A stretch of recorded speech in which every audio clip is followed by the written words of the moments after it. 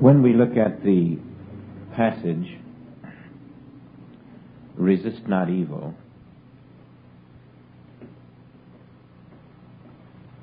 we're apt to meet it head on and see it only as a command and miss the higher purpose. As a matter of fact, just 200 years ago, roughly, when old Paul Revere came down the countryside, there wasn't anybody who stopped him and said, well, look, Paul, it says in the Bible, resist not evil. Why are you coming around telling us to resist the British? And there was nobody in England telling the British that their Bible said the very same words, and they were not to resist our antagonism to taxes.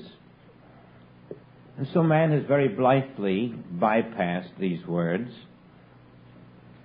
Every new nation that forms itself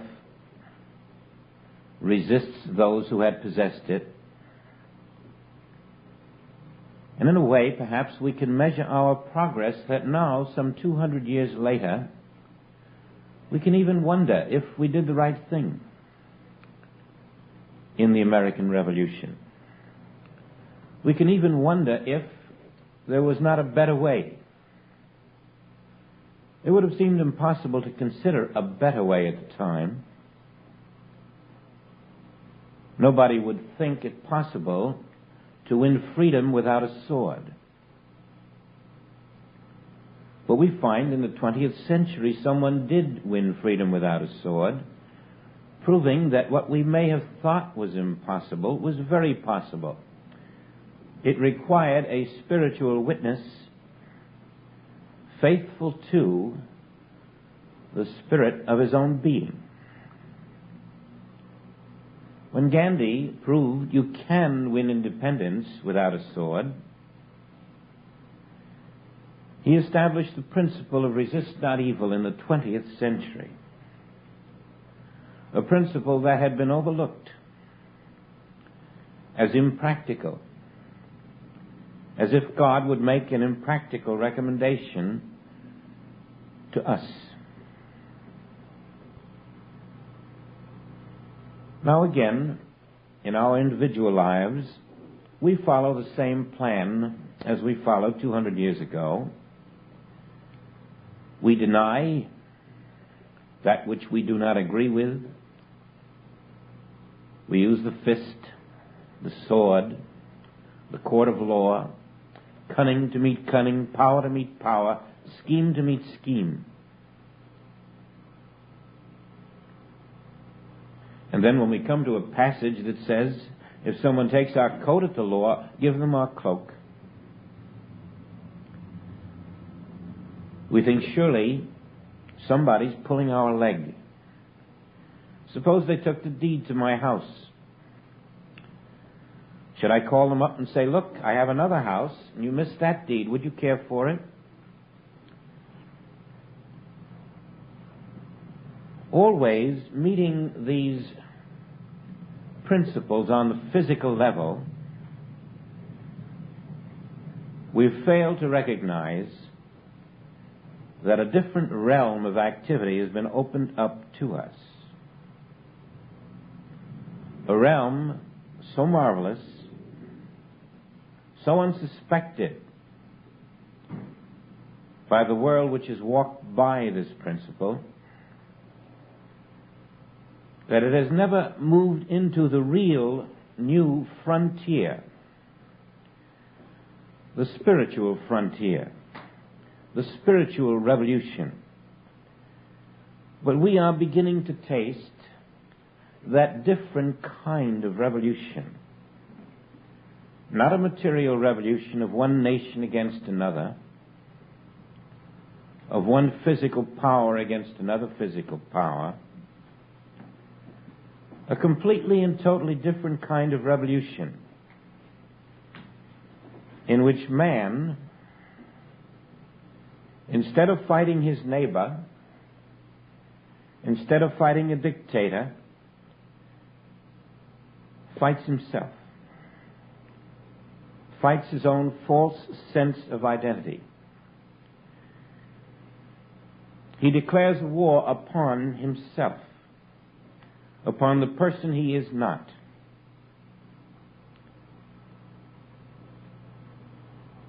He refuses to resist the unreal universe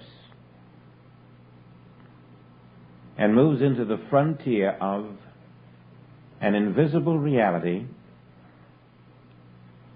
ever near him, ever touching him, ever within him, ever waiting for his recognition. All in 3 little words: resist not evil. Man finally learns this is the call to develop his consciousness, to be lifted into that other realm where evil has no existence whatsoever, where there is no army that attacks, where there is no virus, where there is no fear, where there is no disease, where there is no death. And finally he sees there is such a realm. We experience glimpses of that realm. We learn to walk in it. We learn to partake of that which was here before the false veil of a human consciousness.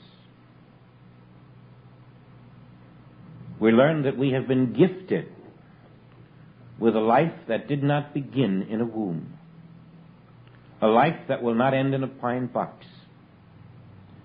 And we learn that the price we must pay to realize that life eternal is to lift the veil of that false consciousness which looks out and sees evil where it does not exist.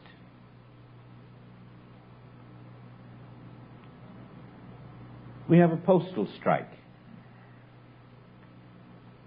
I'm quite sure that hundreds of millions of people, if they had a postal strike throughout the world would decide that they'd be in poverty. Pension checks would stop. Banks would not be able to do international business. Everything that depends on the mails would stop in the human mind. And hardly anyone would stop to say, well, how does the post office affect God? Is God's work dependent on the mails? Is God dependent on the arm of flesh?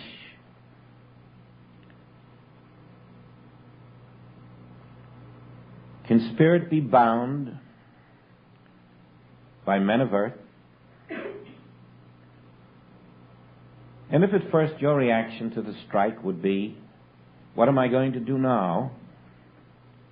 The checks I expect won't be in. You will find that in a sense you too have begun the resistance to evil.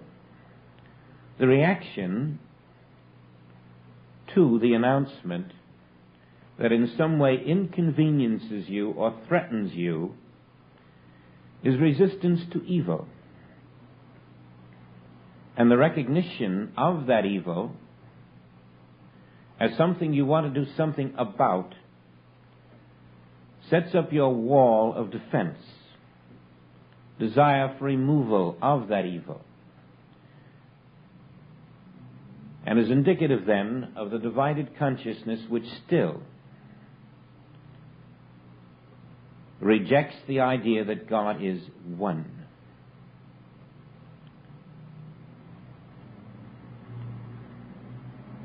When Jesus gave us the enlightenment not to resist evil, he might have phrased it, God has not created evil. God has not created problems. Where then do these problems exist?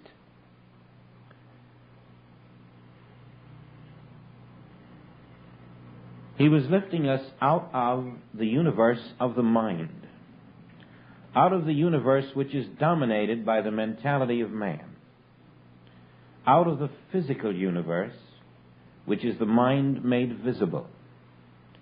He was lifting us out of the domination of that which is counterfeit, that which is not of God. He was advising us that when we did not resist evil, we would benefit. For in not resisting evil, we would discover there is a realm that yields a new insight, a new way of life, a realm that takes us and transforms us from the dying creature to the living Christ. He was revealing that there is a living realm where we stand now, where resistance to evil is totally unnecessary. He was giving us freedom on a silver platter.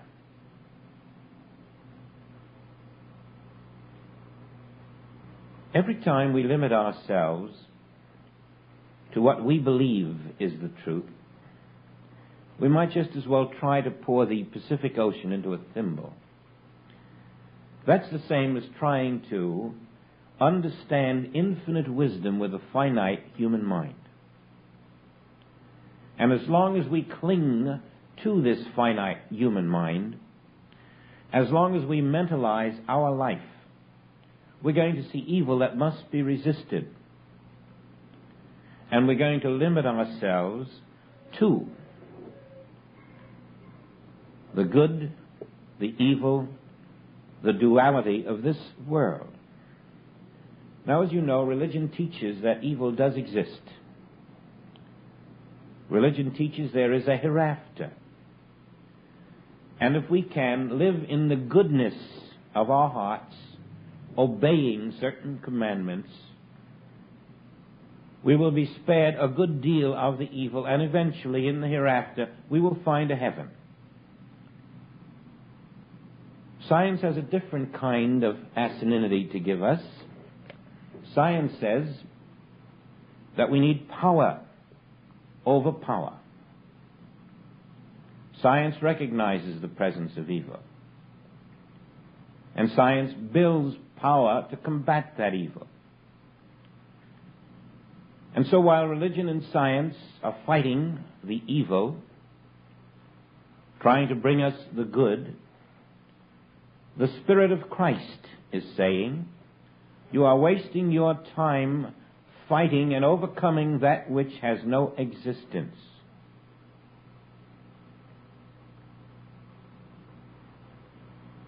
The Spirit of Christ is saying, I in the midst of thee am greater than he that walks the earth. The Spirit of Christ is saying, it was I, in the enlightened consciousness of Hezekiah, who said, they have only the arm of flesh, but we have the Lord Almighty. Spirit says it was I in the Garden of Gethsemane, who said to Peter, put up thy sword. Spirit says it was I in the enlightened consciousness of David, who went forth without a sword, without armor, knowing that I in the midst of him was mighty. Spirit says, I never see evil, for I walk in reality. Spirit says, rest in me. My yoke is easy. Spirit says to me, I am not bound by the things of this world. If I would come to you in the fullness of your being, there is no power on this earth that can prevent it. Only one. And that is the human belief that I am not here. But when we resist not evil, in the confidence that there is no evil to resist, then we stand like Hezekiah, like David, like Jesus, and we look out upon what appears to be the enemy with a secret. It takes a mind to direct a bullet to you. It takes a mind to direct a bomb to you. It takes a mind to cause you physical harm. And when you are in the awareness of the I of your being, that I of your being is the one power functioning in all that concerns you, so that it does not destroy your supposed enemy, but rather it destroys the influences working through the mind of your enemy. It destroys the beliefs and the thoughts that would be directed to the mind of your enemy to direct the bullet or the bomb or whatever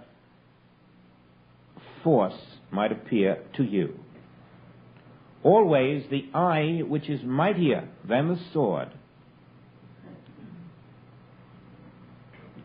is the guardian angel of your supply, your health, your vision, your hearing, your body, your complete human experience,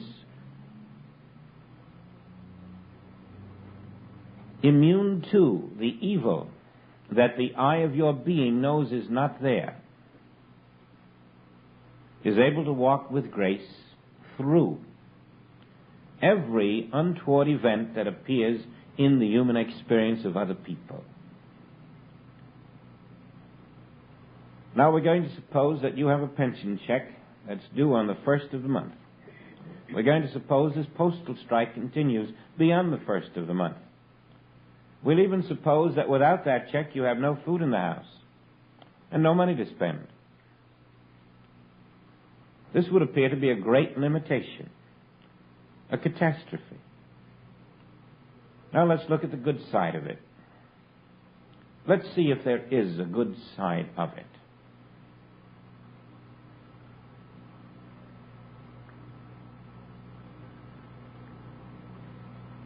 Once you start dwelling on the good side of it, you're going to find at least 10 reasons why it's just as well this way as the other. The bills that you cannot mail out and pay.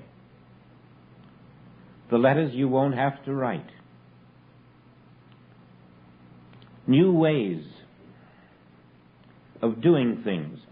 Suddenly you find the jolt is making you think and get out of the rut of just being comfortable.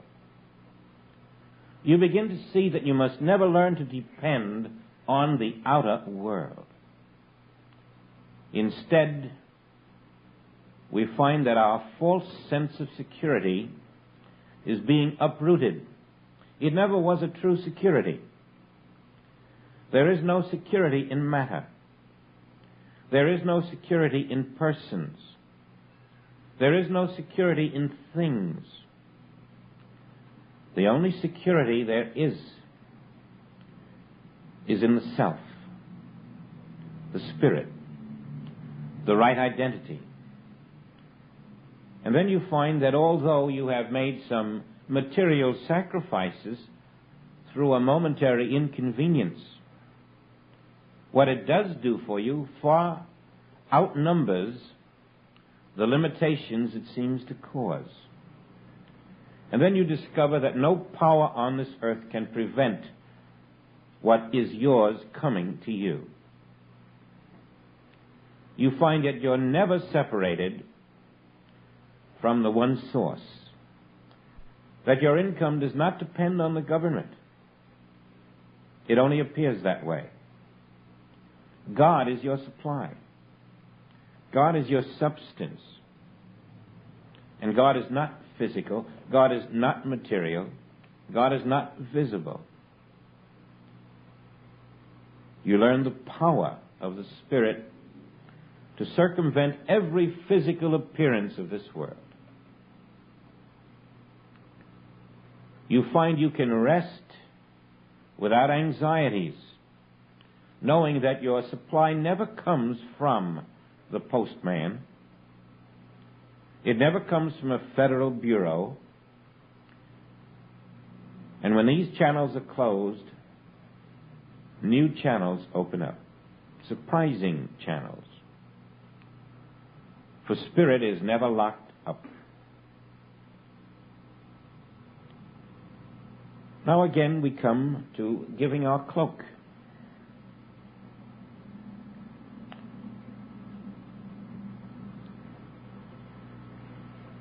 Surely Jesus had something in mind that the world has failed to see.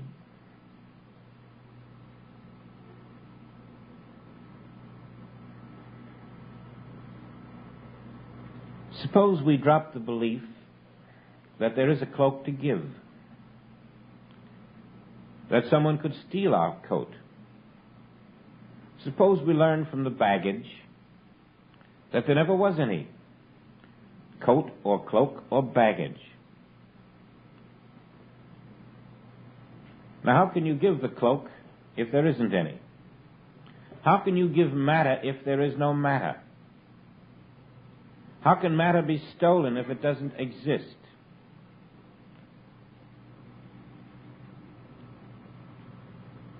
Your mind strives to understand that.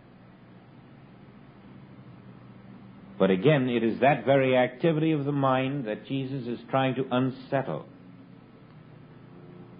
so that we will drop the belief in a material universe and place no value on our material concepts. Why? Because we have learned that matter is never external to our being. We have learned that material conditions are never external to our being. We have learned that there are no material conditions. He is lifting us out of the hypnosis, removing the onion skins of human thought. He is teaching us by jolting us into the awareness that there is only a spiritual universe. And the coat or cloak that you would cling to has no real existence. It must drop from your consciousness as a necessary possession. We are being told to let loose of the physical things of this world, the physical concepts. When Lazarus was raised from the tomb, he said, "Loose him and let him go."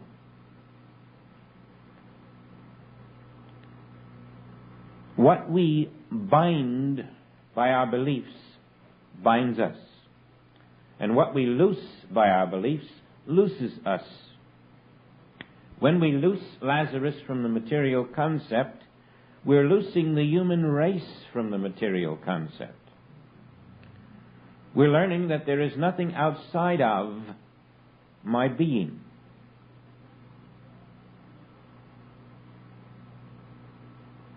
Nothing outside of I.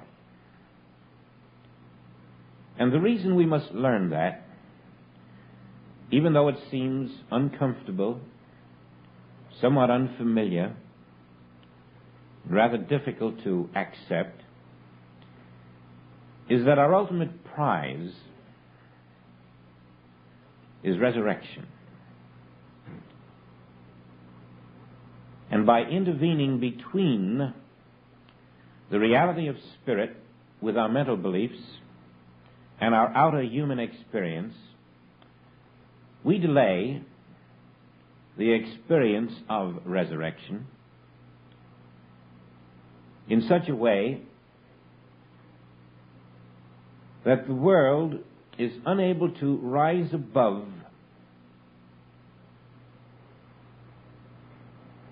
its many problems, its many blood-stained countries, its many helpless invalids,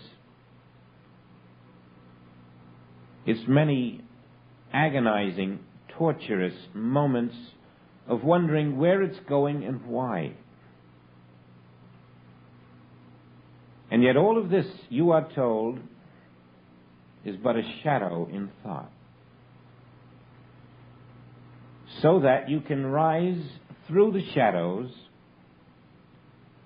recognizing the cosmic illusion as you go, resting in the invisible, present reality of spirit, and then be lifted out of the realm of opposites into a universe beyond the imagination of the human mind.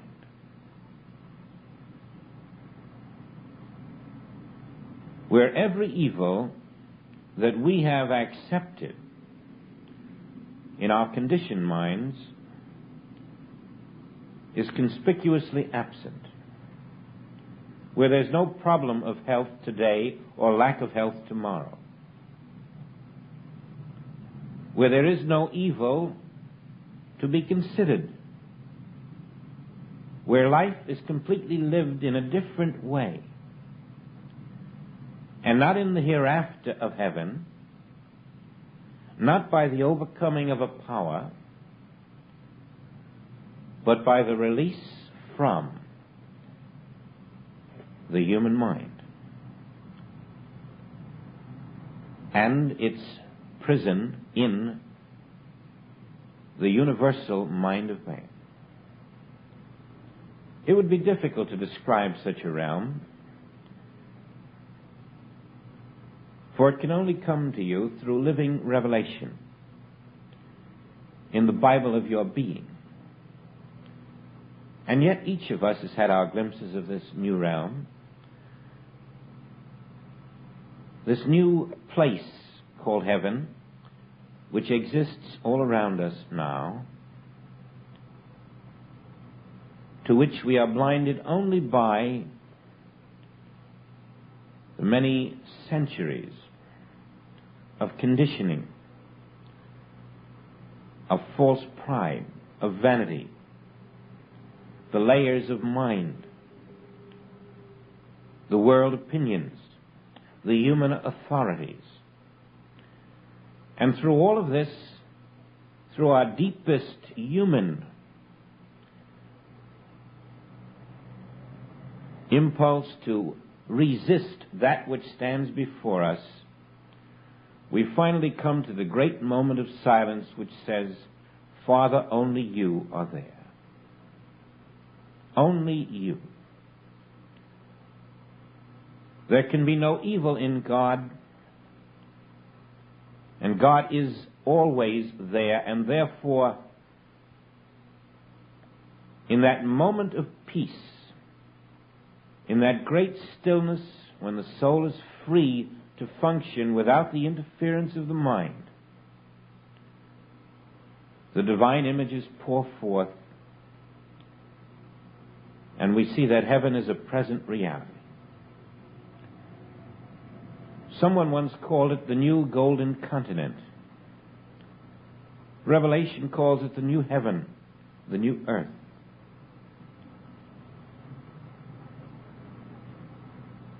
There is going to be a moment in world history when everyone is going to be touched at the same time, when all will feel that silent impulse at different levels, and the world of the human mind will stand still. There will be a new consciousness formed before your very eyes, a consciousness that cannot outpicture the appearance of evil, a consciousness that knows nothing about hate or animosity or death or war. That resurrection is not the resurrection of one individual. It is the resurrection of the earth itself.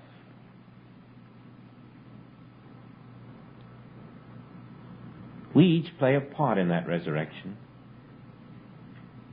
through our individual resurrection from the belief in evil. The Christ that is risen in us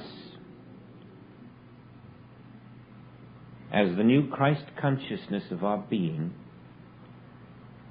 forms its circle of light with those throughout the universe who feel this same impulse. We join invisible hands. We reach across the universe as one invisible light. And the new consciousness becomes the new earth, the golden continent, the place where His will is done. We have the power within us to do now that which was in the consciousness of Jesus when these words were uttered. Give Him your coat, your cloak, your house, your car, all your possessions, because in the new golden continent there are no physical things.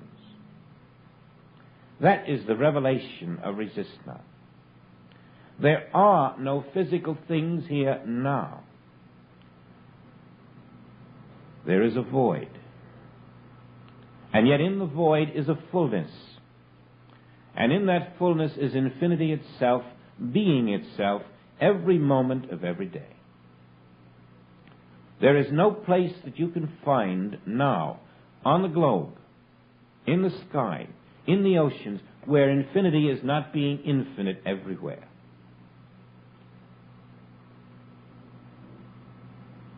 Every moment that you reach out to resist any evil of any kind, you are rejecting the reality of your own self. When you reject the evil, confidently, trusting totally in the presence of Christ, you are accepting yourself. And so in the rejection of evil as non-existent, non-substantial, nothing but image and thought, never externalized, never getting outside of mind, you have caught the great liberating principle.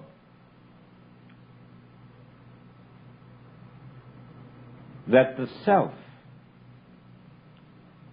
is infinitely active everywhere and needs no help whatsoever.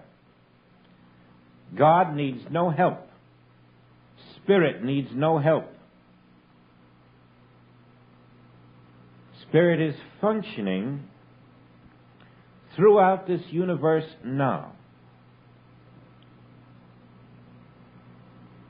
And as we drop our beliefs in the reality of matter, living not by matter alone, not by bread alone, but as a living Bible, listening for the words of revelation within, we find that the living truth does come, exploding the myth that there is one human authority on the earth. For the new truth brings with it the power of its own self-expression. It brings with it the glory of His will. And it reveals the golden continent where you are. It reveals a new earth and a new heaven. It reveals that never has there been a need on this earth to resist a single evil, for never has there been one. We have been looking at the cosmic myth.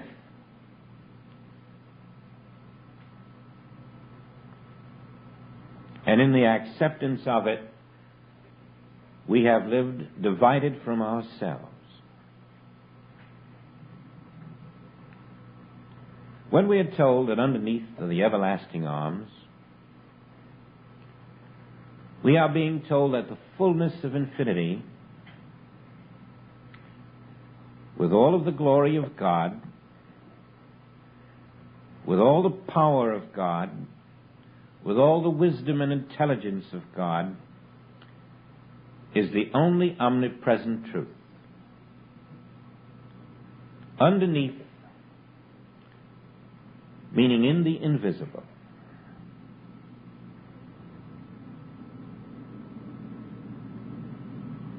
infinity is being itself.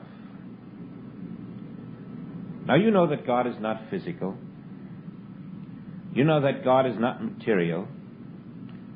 You know that God is not visible. And yet you know too that God is all. And therefore you cannot expect to see, touch, feel anything that is of God. But you can see and touch and feel the evils of this world.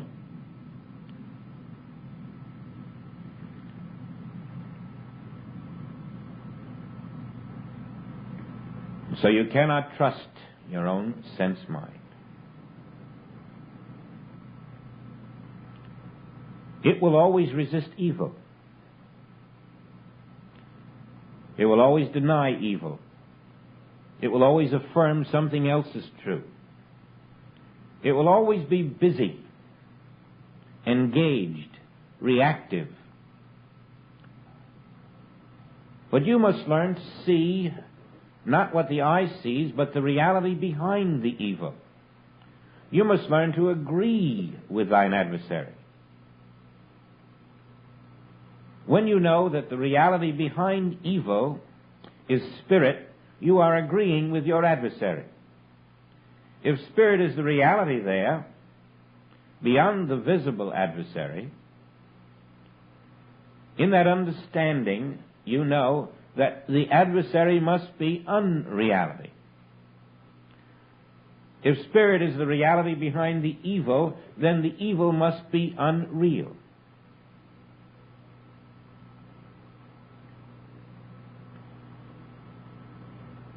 We are being told not to resist the unreal.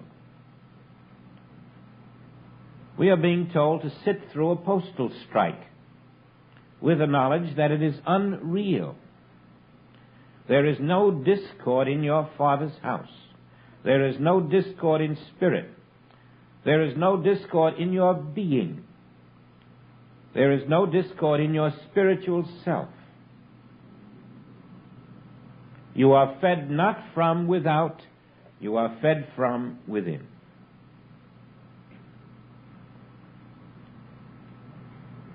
When Jesus stood before the guests at the wedding, and to their startled eyes there was wine where only water had been, we have all accepted that by now as his statement that there must be a transformation in our lives, as from water to wine. When do you expect that transformation to be? Why not right now? Why not see it as a transformation in consciousness in which you recognize that although the world has accepted themselves as human, as mortal, they are not. Just as when we see water, we never think of it as wine. The transformation is the realization that I am not water. I am the wine now. I am not mortal. I am the immortal now. Now I must find and accept the depth of my being. Now I must accept the highest self that I am. It isn't a 20-year journey. It's the acceptance where I stand now. And because I accept myself to be the highest self, the Spirit, the Christ, can I resist any evil on the earth? Do you see then that the rejection of the evil is the acceptance of Christ as the Spirit of your being? But the resistance to the evil is the denial of yourself as the Spirit called Christ. That is why we cannot accept evil. In the acceptance of it, we are denying our Christhood.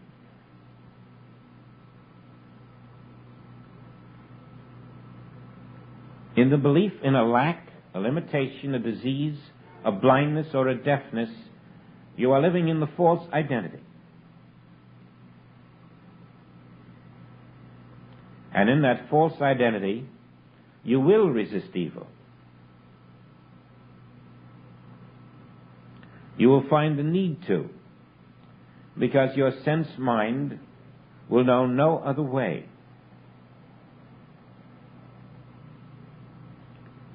But drop all belief in evil as you accept Christ's identity.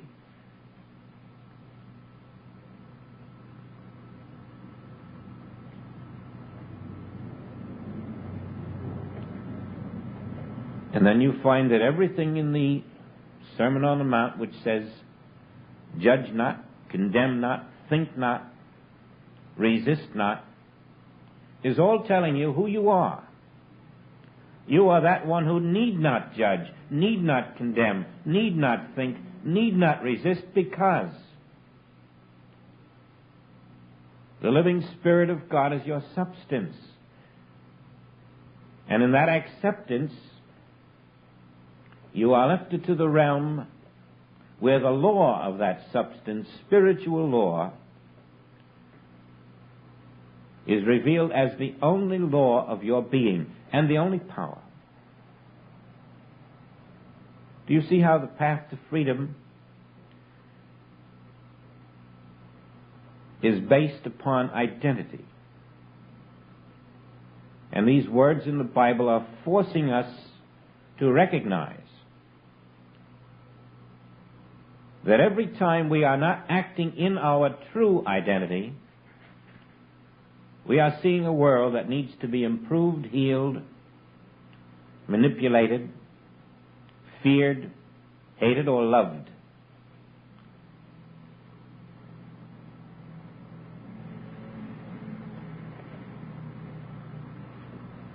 We're still walking in the world of false beliefs as long as there is a single person, place, thing, or condition on this earth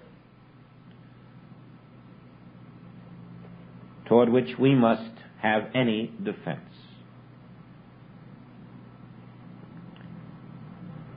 And because we still linger in those remnants of defense, we have not put up our sword. Jesus wasn't one to teach without demonstrating.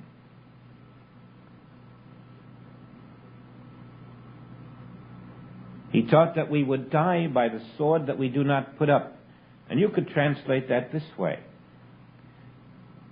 The material beliefs that you do not put up set in motion the cause of karmic law. As long as there's a belief in the reality of matter, then you must follow through and be subject to the material disease, the material discord, the material body suffering, the material limitation, the material lack. But pull out the belief in matter, and where is material disease? Where is material lack? Where is material anything if there is no matter? Where's a material hurricane? Only in the belief in matter. And who believes in matter? He who is not the Spirit of God.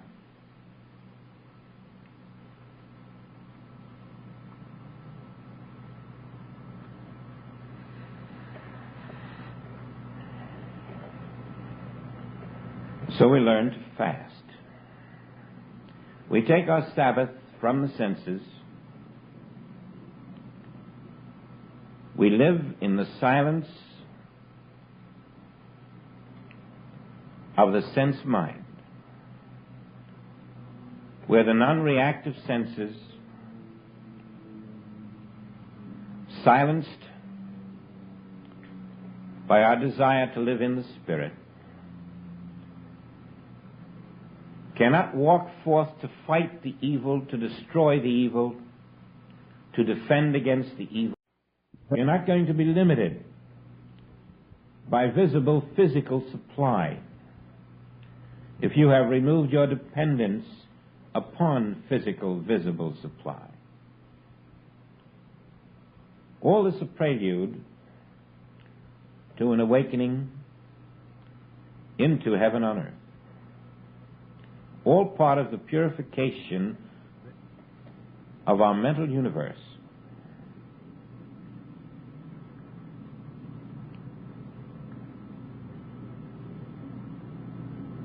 Your transformation is your resurrection. Your change of belief in the acceptance of a spiritual universe in which there is no material substance.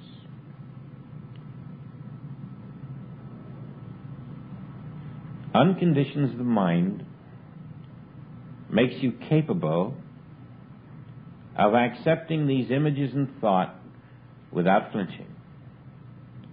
Cosmic shadows, knowing that they only appear to be out there.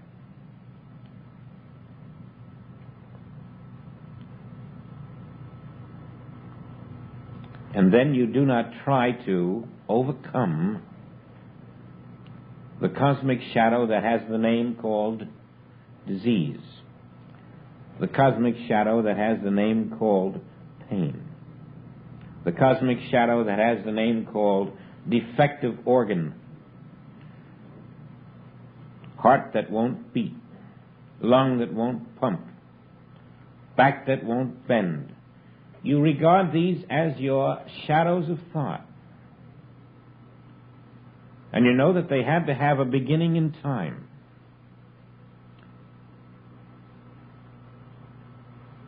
They did not begin in God.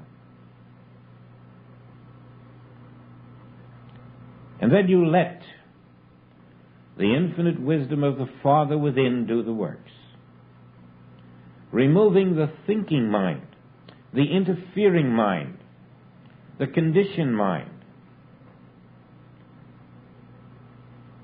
I have nothing to resist, nothing to overcome, nothing to heal. This is the developed consciousness that must come. For only through this developed consciousness will you remove the divisions that we have all placed into this universe with our minds. Nothing in God is divided. God is never divided from God. Spirit is never divided from itself. And Spirit is all there is. You are never divided from Spirit. You are never separated from Spirit. And therefore the power of Spirit is functioning in you now. You do not have to defend against any evil on this earth, because the power of Spirit can never be divided from your being. That evil can only be a shadow of thought. It isn't out there to fight. It isn't out there to reform or change. And the silence of the mind that is a transmitter for that thought is the end of the shadow, the end of the lie, the end of the evil that never was there to resist, no matter what name it had been given by world thought. We meet this universe in our hearts, in our consciousness, in our acceptance that I, being Spirit, can never be divided from Spirit, which is all, and therefore the perfection of Spirit is functioning throughout my being. That perfection of spirit from which I can never be separated is the power. There is no power to oppose it, to create evil, to sustain evil, to perpetuate evil. And therefore there is no evil there. As your beliefs in evil are dropped, you find that the seeming external evils of the world are also dropped. They were nothing but projected beliefs.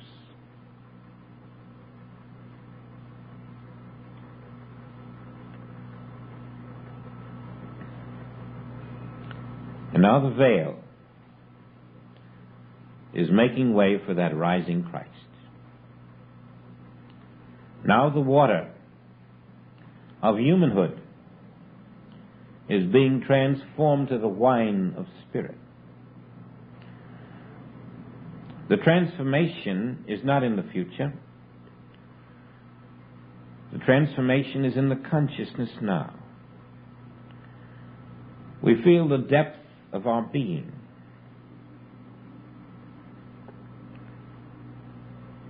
We feel the dissolution of a self that never was as the new self rises to the fore. The self that can look out upon the world and say there is nothing here except the Spirit of God.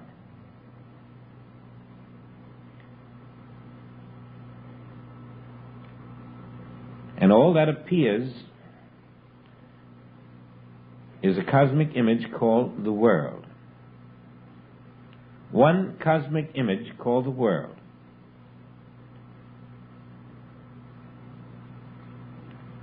Never external to myself, existing only as a cosmic shadow of thought. There is nothing in the world that I must resist. Nothing. Not one thing, not one person, not one condition, not one situation. My resistance gives it a false sense of life, and that is what it breeds upon. The moment I wish to defend against it, I strengthen it. This duality has been the cause of every form of suffering on this earth. In your single-pointed desire to know only God, only the truth, only the Spirit, refusing to let anything else intervene in your life that might prevent your knowing God aright, you will find the strength, the courage, and the wisdom from within to reject all that is unlike God as a shadow of thought. This great faculty develops which hears, sees, feels, and knows spiritually, and says, I need no sword to defend against this world, for I alone exist. I, the living Spirit of the living God.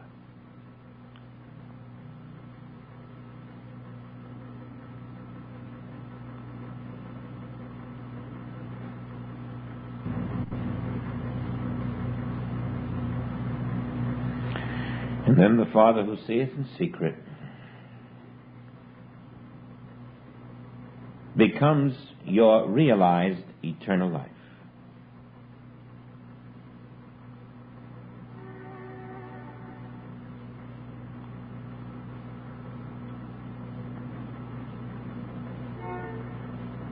This is our path. It would be so easy to take an easier way, a more comfortable way, but ultimately the error would show up, as it has.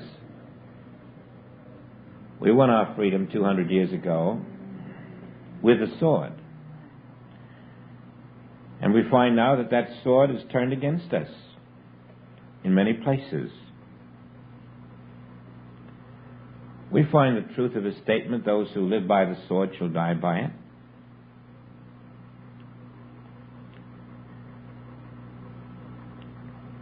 We haven't had peace in these 200 years.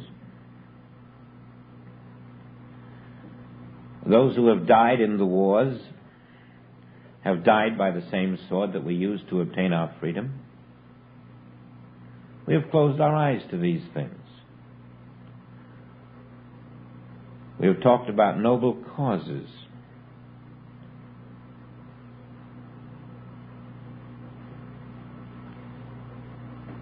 Now the courage and sense, the understanding is coming to this race that the words that were spoken were meant not to be ignored, not to be discussed, to be lived, to become our consciousness, expressing itself as a total non-resistance to unreality. There are no soldiers attacking. There is no material universe. There is only my Father's Spirit.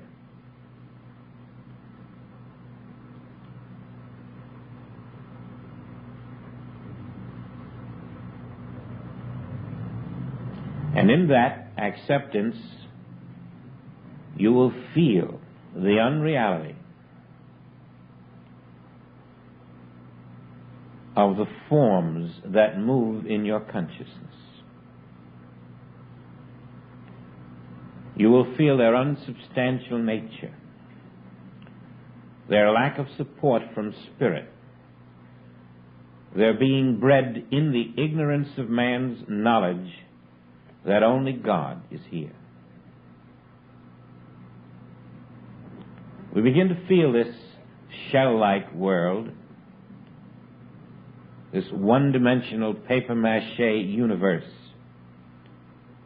and we lose our fear of it, our dependence upon it. The bread alone no longer entices us.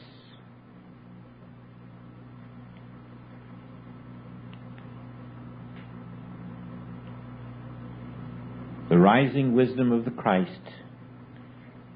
is cutting away the illusions of the mind of man. How far we're from it individually, only you can tell yourself. And the degree to which we come to it individually will determine the degree to which we come to it collectively. Every time you release the Christ of your being by removing the false sense of life, you are bringing light to the world. And the light that is brought to the world by others, plus the light that you are bringing, is overturning and overturning and overturning the false consciousness of man. Fear is giving way, and love is fulfilling the law of truth. You find that love bursting through you with such force that it will be impossible to return to the consciousness of yesterday.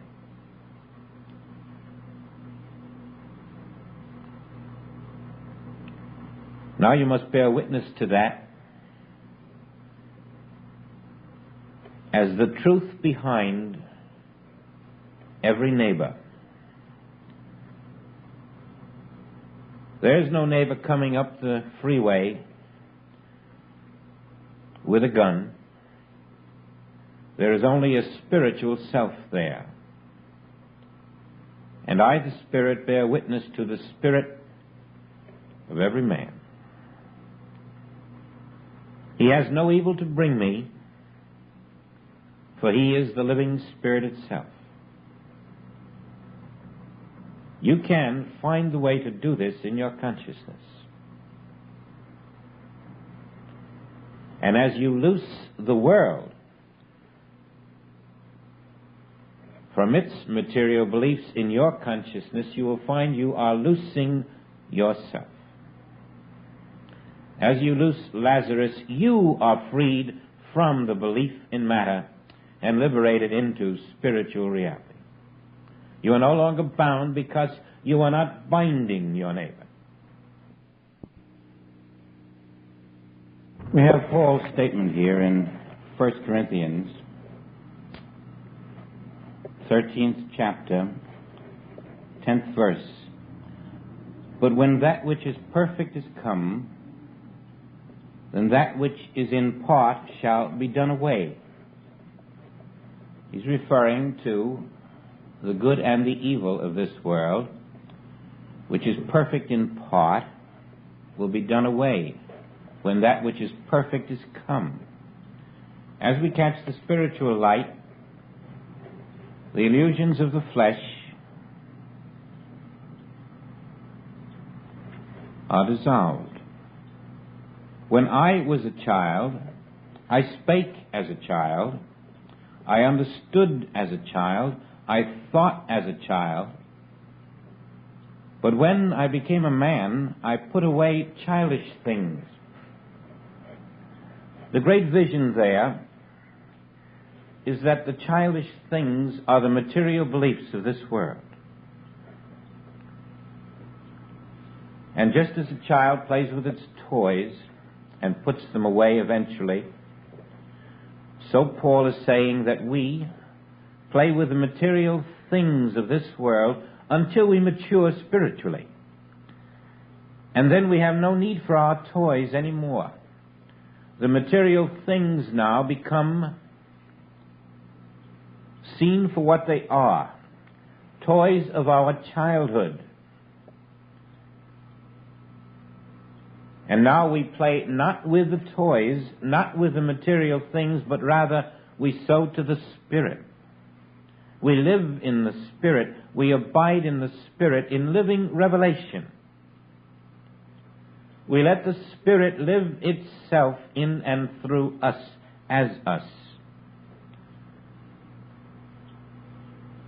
And then you see why he could say, for now, here in this material consciousness, we see through a glass darkly. But then, after the light, after the acceptance of a spiritual universe, face to face, now I know in part,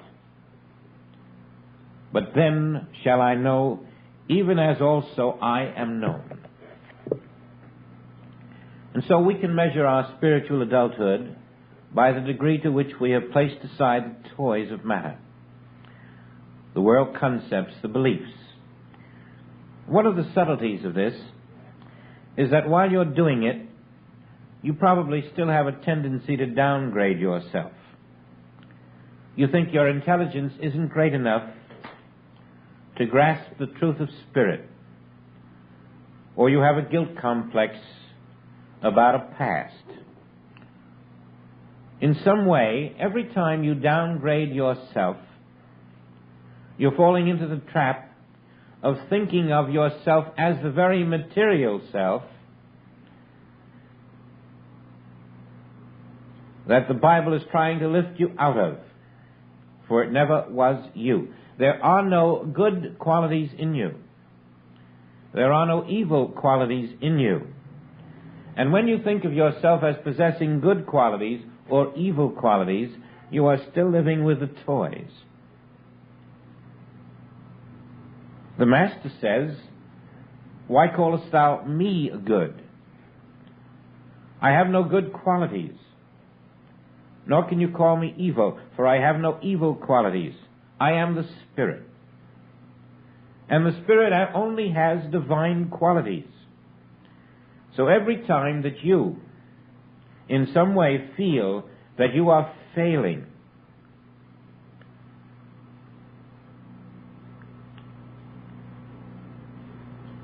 you are calling God a failure.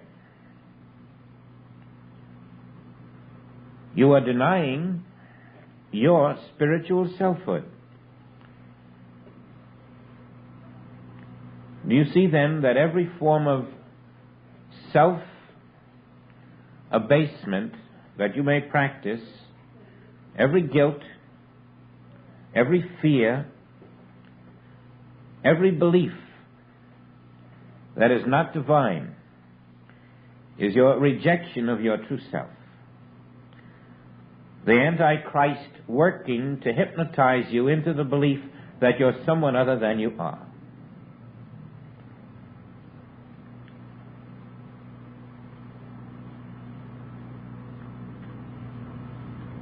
You only have perfect divine qualities.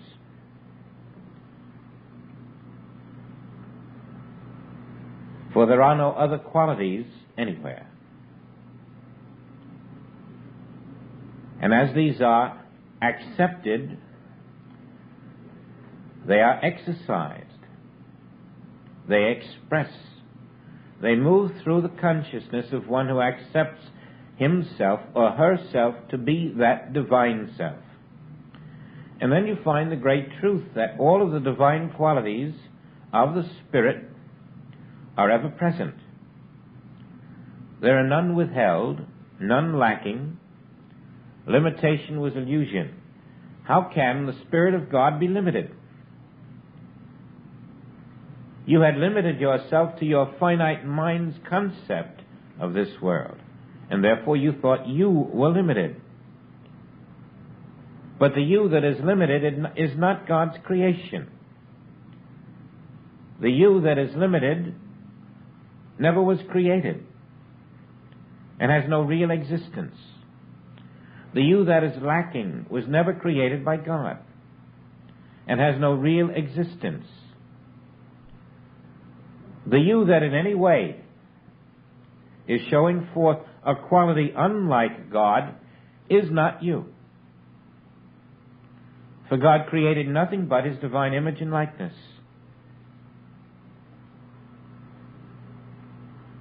To accept this is to not reject yourself.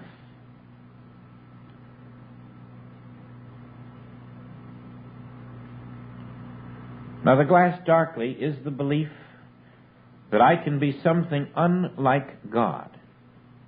I cannot. No matter what I do or say or how evil I may appear, I cannot be something unlike God.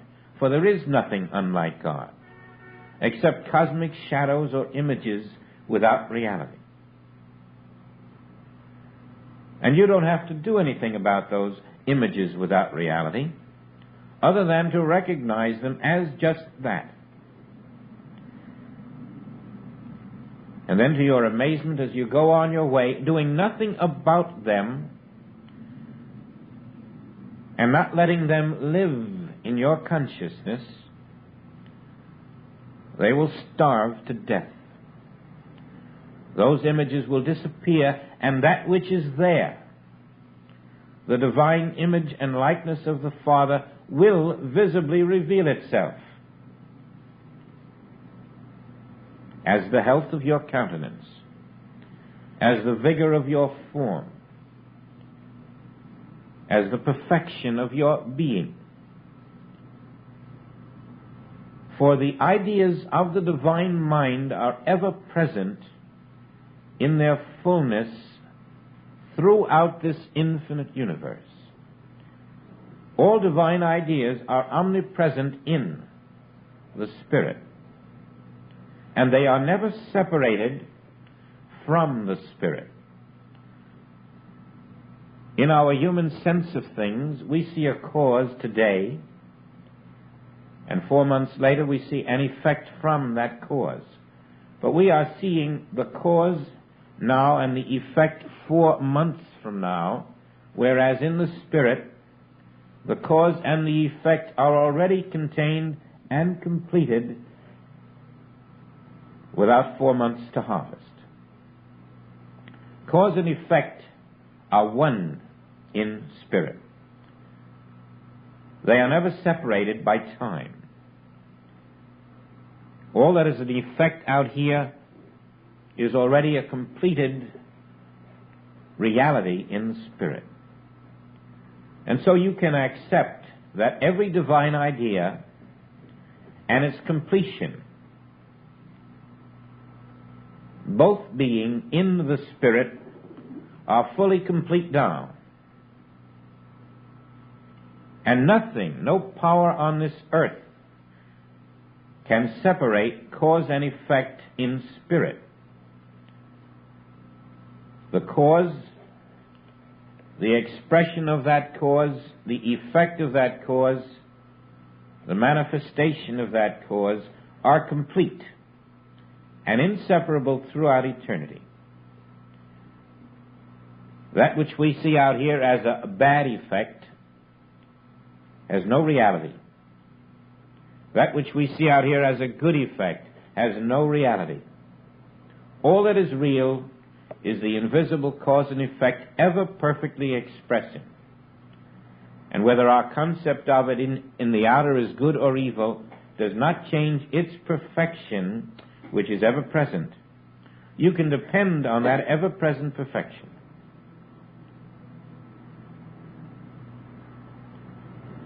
Always to be there in spite of the appearances that you are seeing with your sense mind. And you must learn to accept that ever-present perfection.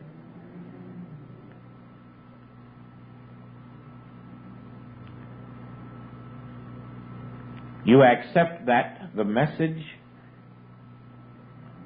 which was sent in the mails, delayed by the post office, is already delivered in spirit, is a finished fact. That all that is in spirit is a finished fact. That nothing that will transpire in the outer is a newness. It is nothing but a delayed extension in time of that which is already in spirit a finished fact. And the finished facts of spirit are all there are, and they are perfect, and they are now. You stop walking in the extensions in time. You stop accepting them as the reality, but know them to be nothing but the outer images of the finished perfection in spirit. And then you're sowing not to the image, not to the effect, not to the time appearance. You're sowing to the spirit, and you're living in the now of spirit. This habit of living in that spiritual now of being, in the perfection that is invisible to human sense, is a further part of the preparation for the ultimate revolution in which you attain the realization of the resurrected self. You must live in his universe and not in a make-believe mental universe of images called physical forms. You must prove out the non-power of these mental images, and you must open the vacuum so that the splendor of the spirit that is present can shower forth its blossoms, its fruitage, its truth, its release, its light.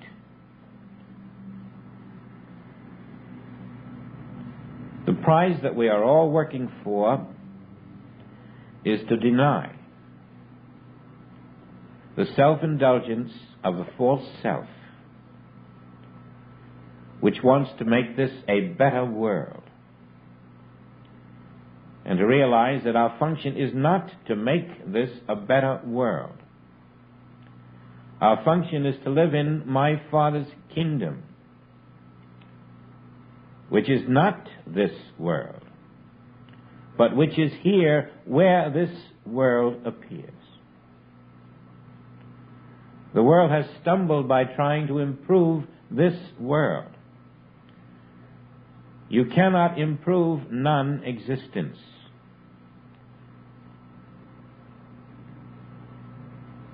This world is nothing more than the added things. The kingdom of God that we are to walk in is our own spiritual selfhood. The added things will take care of themselves. This is how we'll break the barrier of a limited life, hemmed in by time on each end.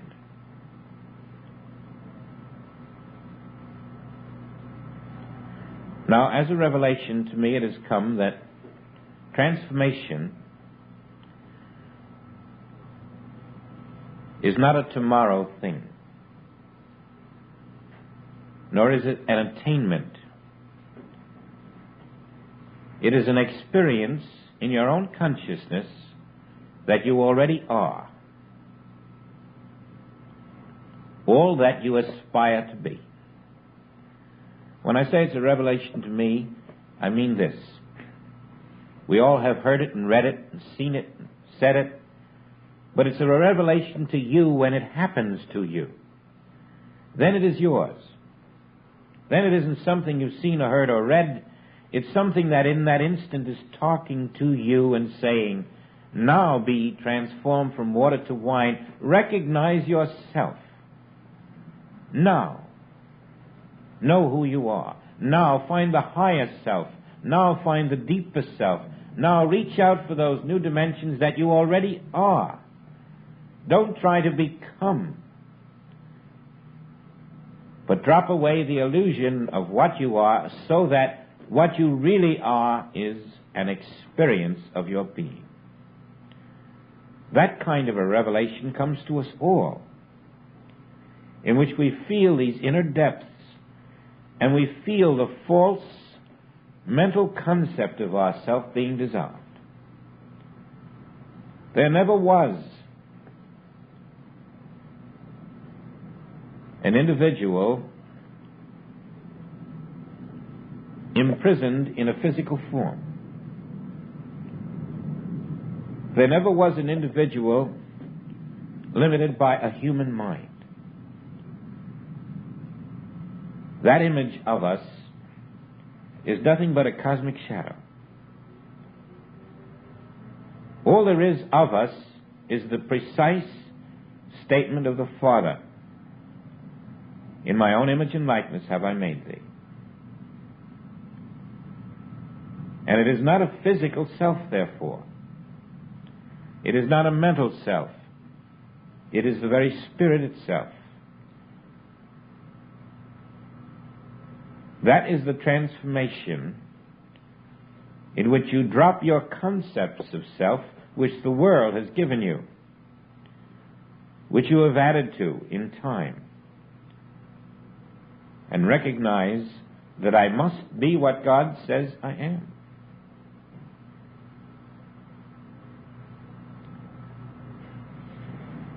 Until the false sense of self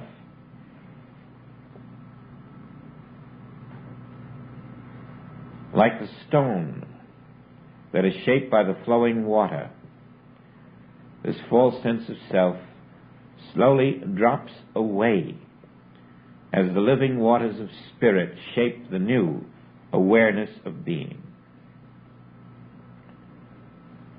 Accept, let go. That is not attaining, that is realizing. We are all that one. And this is how the new consciousness of the world will now outpicture a new earth. As each of us drop those false beliefs about ourselves, accepting spiritual identity, and then the purer expression of being will outpicture as a new world.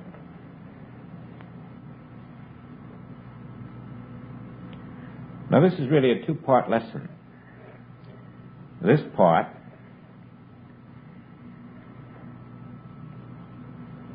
is the removal of the desire or the belief that there is a need to resist, so that we can, in the second part of our message, on Easter Sunday, come to the meeting with an awareness that I, the Spirit,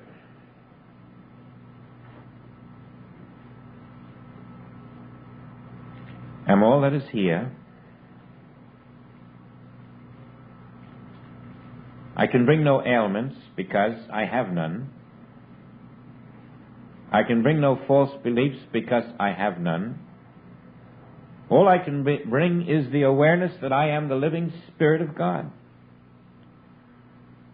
And in that, we will experience the risen Christ.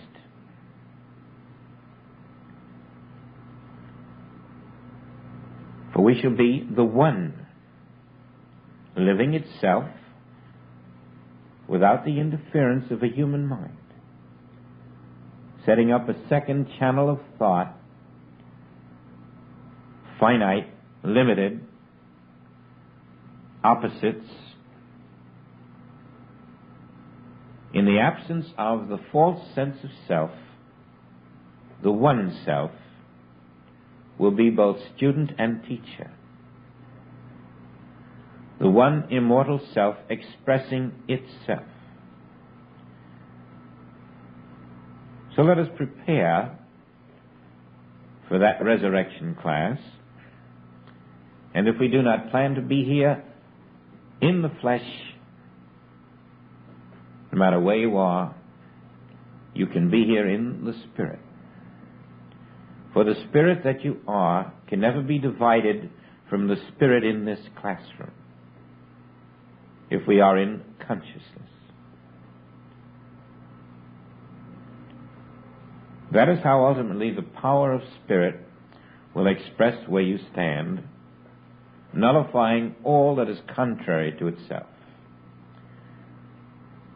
As you are one with the Spirit of your being, you are one with the Father. And then my power, in your oneness with my being in you, must flow through you, unopposed, liberating, sustaining, teaching, guiding, lifting, blessing.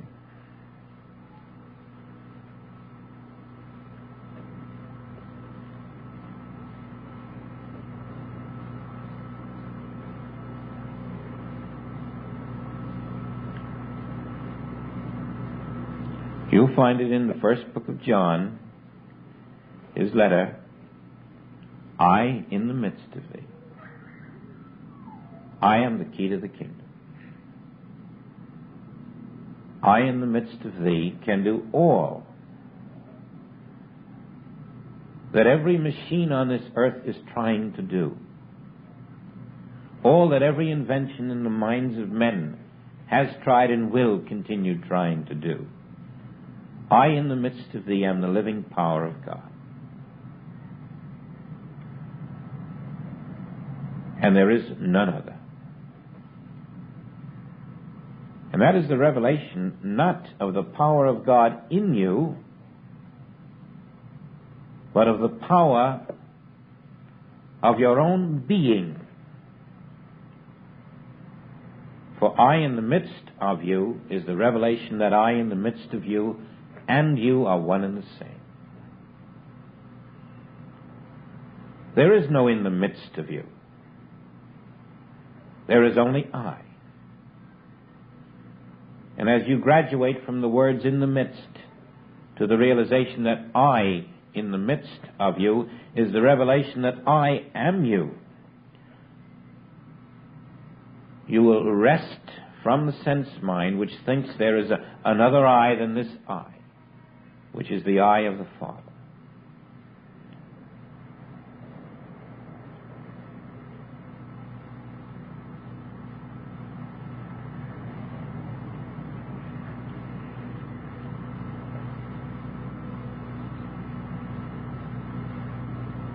I am the resurrection. because I am the only life. Yourself is the only life. Yourself will never be resurrected. Only your consciousness of that self is called the resurrection. Yourself needs no resurrection, ever. It is the self of God.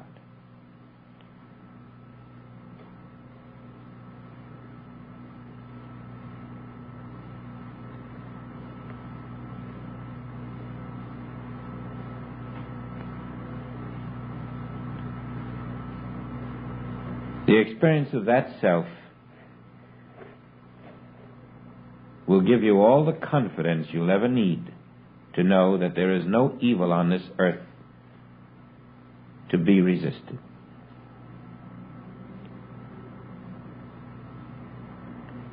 That is the great prize for which we sell all that we possess, the realization that I and the self that is God are one, identical, one and the same. And all that is not that I am not.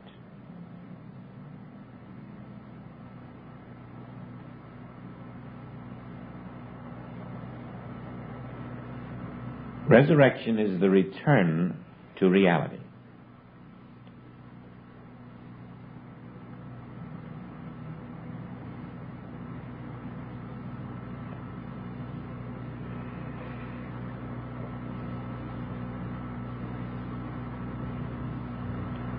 We have dropped our toys.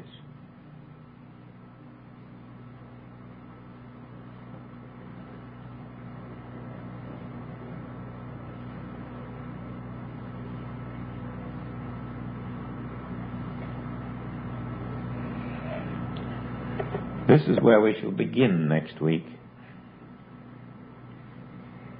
and hope to share an experience with you here or wherever you are. Meanwhile, to those who will not be here, a very joyous Easter. To those who will be, we hope that during this intervening time, you will work on the principle of transformation where you are,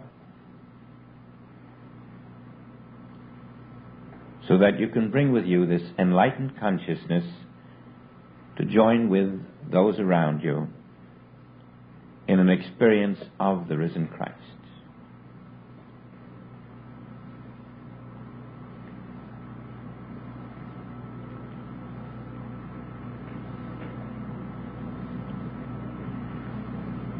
Much love, and see you soon.